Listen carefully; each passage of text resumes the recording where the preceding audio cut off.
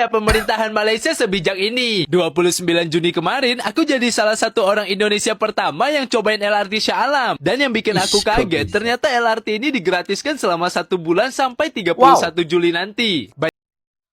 Hai, Assalamualaikum warahmatullahi wabarakatuh. Berjumpa lagi dengan saya, Hai Merbat TV.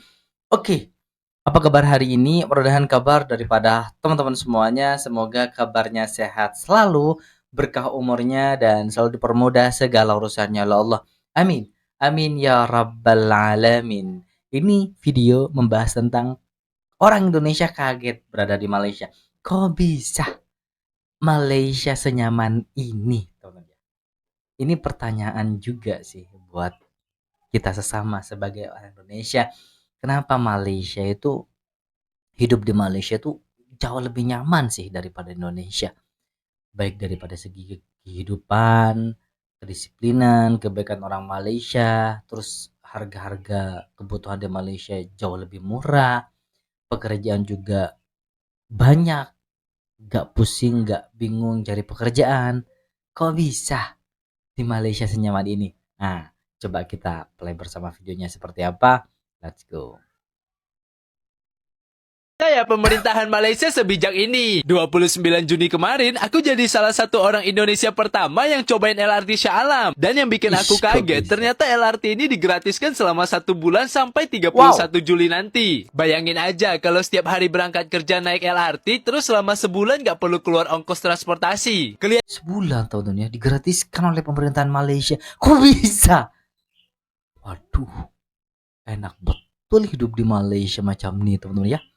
Gila. Kelihatan banget kan kalau kebijakan ini dibuat untuk ngebantu masyarakat. Pas aku naik, suasananya juga bersih dan nyaman. Meskipun ramai, semua orang tetap tertib dan menikmati perjalanan mereka. Menurut aku, kebijakan ini emang ngebantu banget buat masyarakat. Karena semua orang jadi punya kesempatan buat cobain jalur baru. Dan tentunya manfaatnya juga besar. Bisa mengurangi macet saat peak hour. Yang bikin aku salut, pemerintahan Malaysia bukan cuma bangun LRT baru, tapi juga kasih kesempatan masyarakat buat ngerasain langsung manfaatnya. Dan selama 9 tahun aku tinggal di Malaysia, aku ngerasa transportasi umum di sini memang terus berkembang. Jujur ya, ini salah satu hal yang bikin aku betah tinggal di Malaysia. Kalau kalian sendiri udah ada yang pernah cobain LRT Shah Alam, tulis pengalaman kalian di komen ya.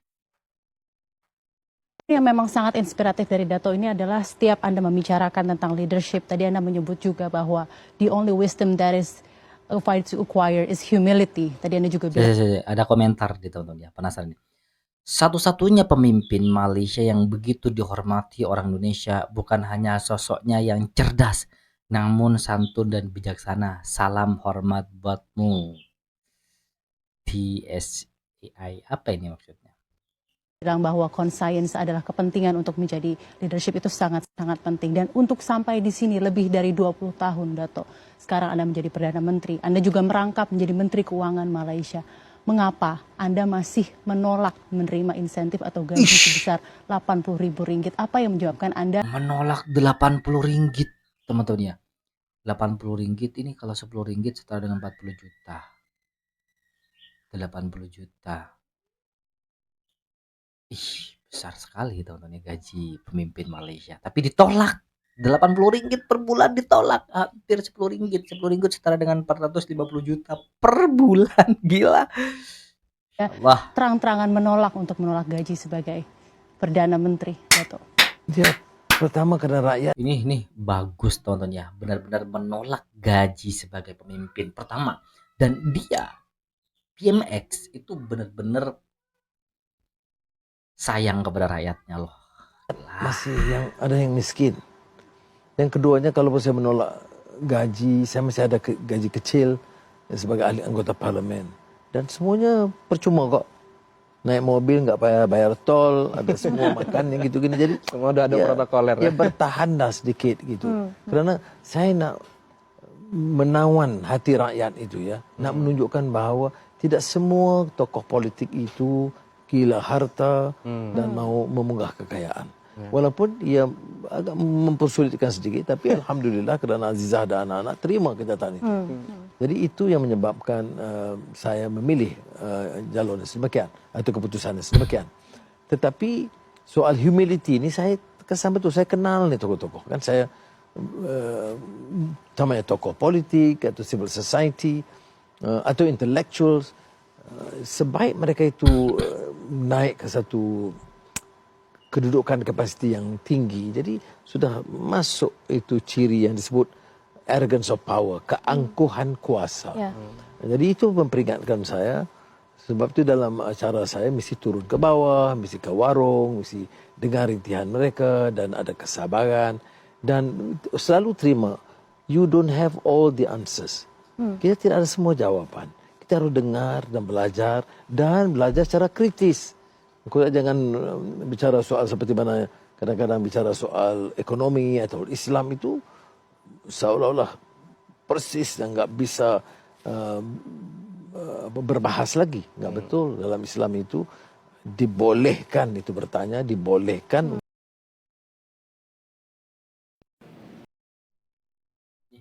Kadar miskin Tegar 0,09% dan pengangguran 3% membuktikan keberhasilan dasar kerajaan Madani.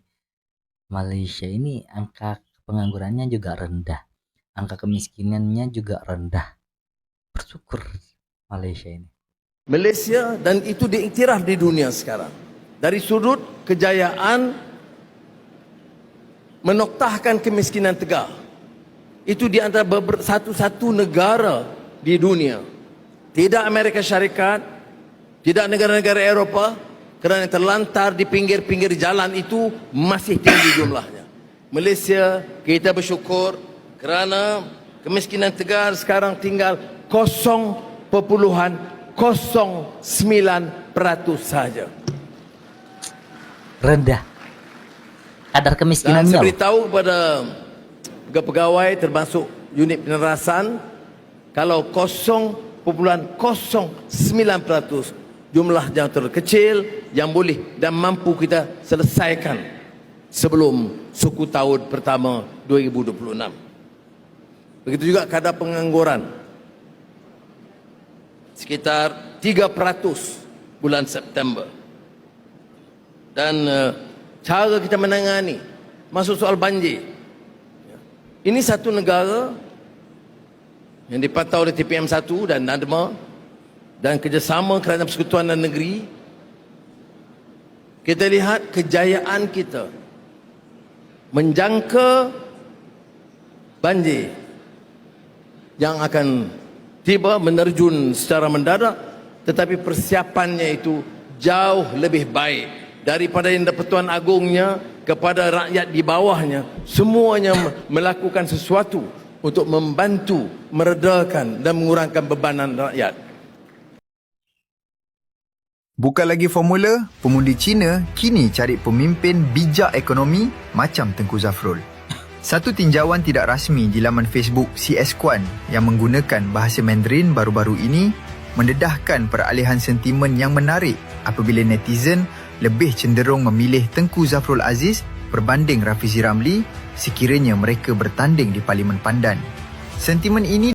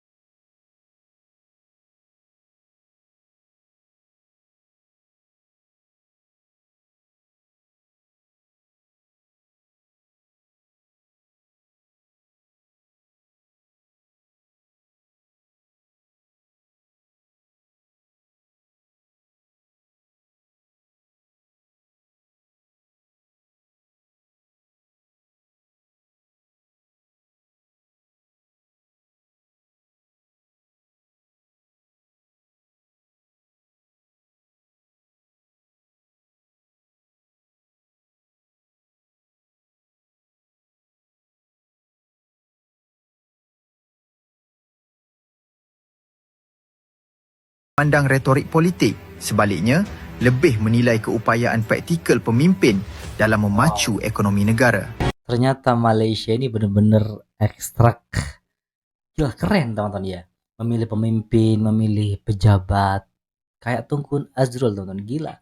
Beliau ini kebijakannya luar biasa. Zafrul kebijakannya luar biasa teman-teman ya.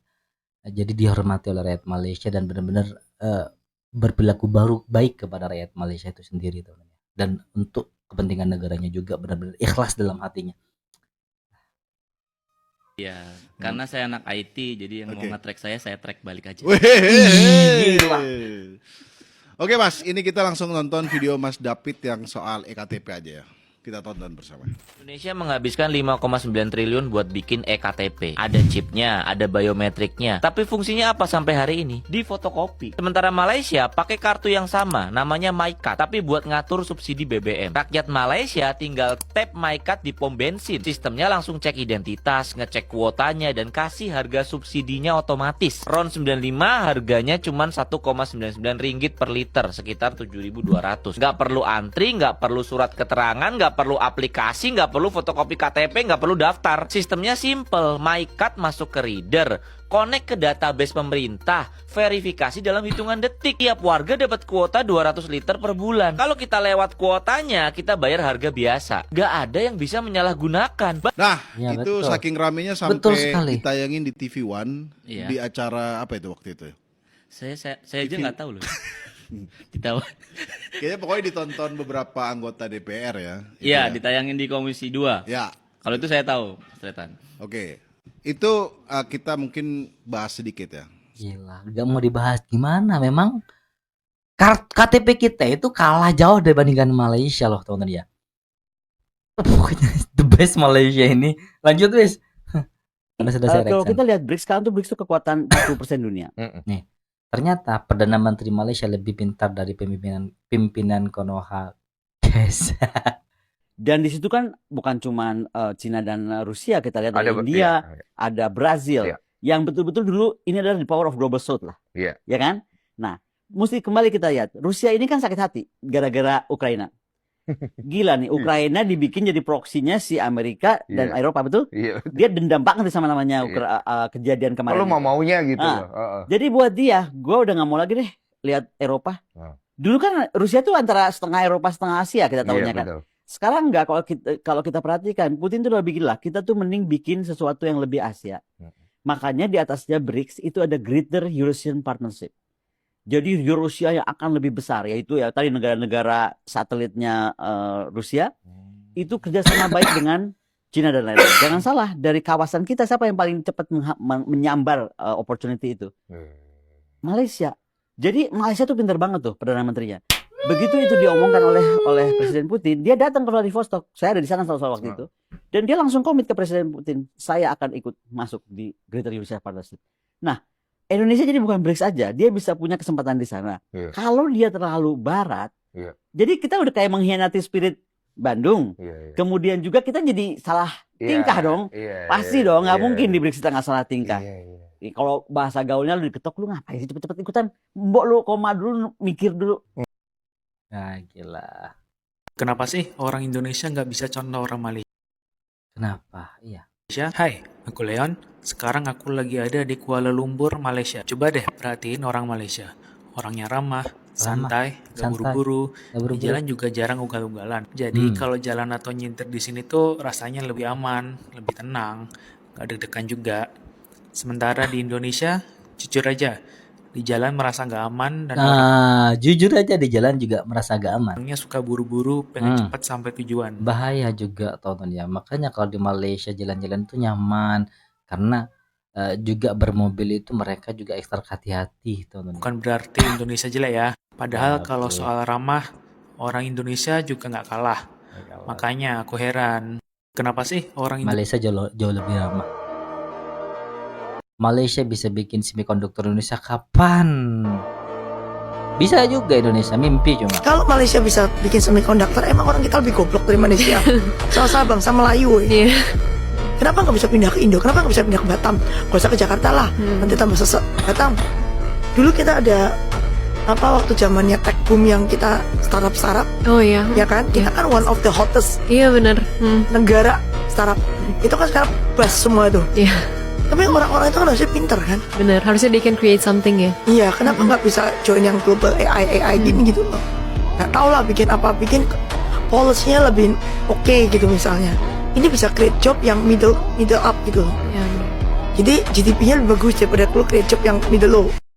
Padahal Indonesia ini kan banyak ikan, kaya akan ikan. Tapi kenapa IQ rakyat Indonesia ini bisa jauh di bawah negara-negara tersebut? Makanya kita nih sebagai rakyat biasa di Indonesia ini, tahu salah lapor-lapor tuh korupsi-korupsi itu. Naikkan dulu IQ deh. Kalau naikkan IQ berarti akan mengurangi korupsi, beda? Sekarang kalau IQ-nya naik itu kan cara berpikirnya berubah, Ceh. Padahal Indonesia ini kan banyak ikan, kaya akan ikan. Tapi kenapa Itu jauh lebih berkembang kayak di Malaysia. Malaysia kan atletnya jago-jago kan sebenarnya Muay Thai-nya kan. Karena di Indo kan ini kurang apa namanya? Kurang bikin event, sedangkan mereka Jadi semuanya loh teman-teman ya. Semuanya kita kalah dengan Malaysia. itu dari dulu udah banyak event. Iya. Jadi mereka udah dapat pengalaman lebih banyak. Terus dia juga deket dari Thailand. Jadi kalau Iya, umpama tinggal cari nyebrang ya? iya, tinggal nyebrang aja. Kalau kita kan mau ke Thailand harus pesawat dulu pulang pergi, terus di sini kurang acara-acara fight. Iya, Jadi kita eventnya ya. ketinggalan jauh banget sama negara-negara lain. Kalau menurut Dwi itu kenapa sih industri Muay Thai di Indonesia tuh yang dulu sempat terkenal banget terus tiba-tiba tenggelam kayak hilang begitu? Hilang di telan bumi. Tapi kenapa rumah sakit Malaysia jauh lebih maju dan lebih murah daripada rumah sakit Indonesia gitu? Kalau emang rumah sakit Indonesia mikirin mutu sama keselamatan pasien. Mengenai rumah sakit Malaysia itu juga tidak seperti yang diceritakan orang itu. Ya dia ada yang bagus, ada yang tidak bagus. Satu itu. Kemudian kedua, dokter Malaysia juga dokter Indonesia tidak kalah sama dokter Malaysia. Soal kecerdasan maksudnya? Kemampuan lah Dan skill. keterampilan. Nah, skillnya itu apa? Itu tidak anu. Karena kenapa dokter di Indonesia itu skillnya tinggi, pasiennya banyak lebihan daripada Malaysia. Kita penduduknya berapa juta, Malaysia berapa juta gitu loh. Satu hari juga menangani jumlah pasien yang lebih banyak. Nah itu kan ini kan jam terbang itu penting. Nah cuman sekali lagi masalah-masalah yang itu loh, yang di luar-luar yang tadi kita bahas itu. Masalah apa namanya, misalnya dokter di Indonesia sama di Malaysia. Berapa gaji dokter di Malaysia? Berapa di Indonesia? Kalau nggak salah di Malaysia tuh 3 kali lipat lebih besar daripada Indonesia gaji. Iya. Minimal. Ya, di Indonesia karena pendapatan dokter itu kecil, tidak bisa menopang segala kebutuhan tadi itu yang kita bahas, sehingga akhirnya yang dilakukan apa? Satu dokter itu bisa praktek di 3 tempat. 3 bahkan 4. 3. Oh, 3 biasanya. Maksimal ya?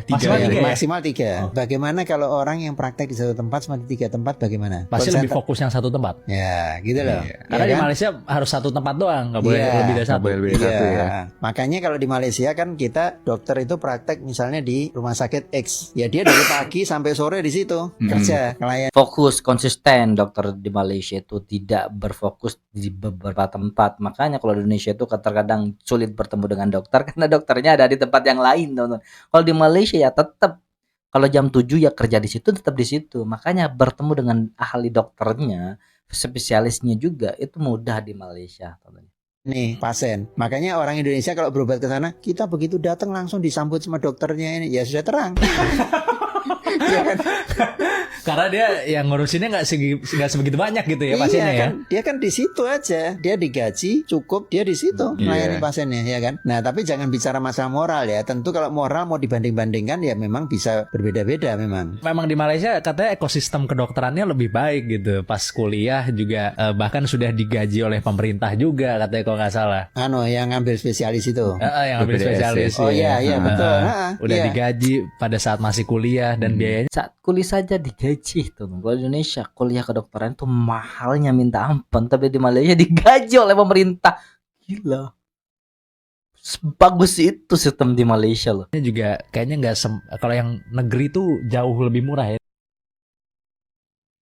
Mengapa Malaysia lebih maju dibandingkan Indonesia? Seringkali kita membandingkan kemajuan negara-negara tetangga seperti Malaysia dan juga Indonesia. Meski kedua negara ini memiliki banyak kesamaan, ada faktor-faktor tertentu yang membuat Malaysia tampak lebih maju dibandingkan. Oke lah teman-teman ya, sudah tahu lah intinya apapun itu, pendidikan, kesehatan, ekonomi, mata uang, Malaysia di atas Indonesia teman-teman. Bagaimana tanggapan teman-teman? Silahkan komen di kolom komentar. Buat teman-teman yang suka dengan video ini, silahkan bantu dengan cara menekan tombol like, komen, dan share. Please juga jangan lupa di subscribe channel daripada Haimerbat TV ini. Baik, kita akhiri dan ketemu di video berikutnya. Wassalamualaikum warahmatullahi wabarakatuh.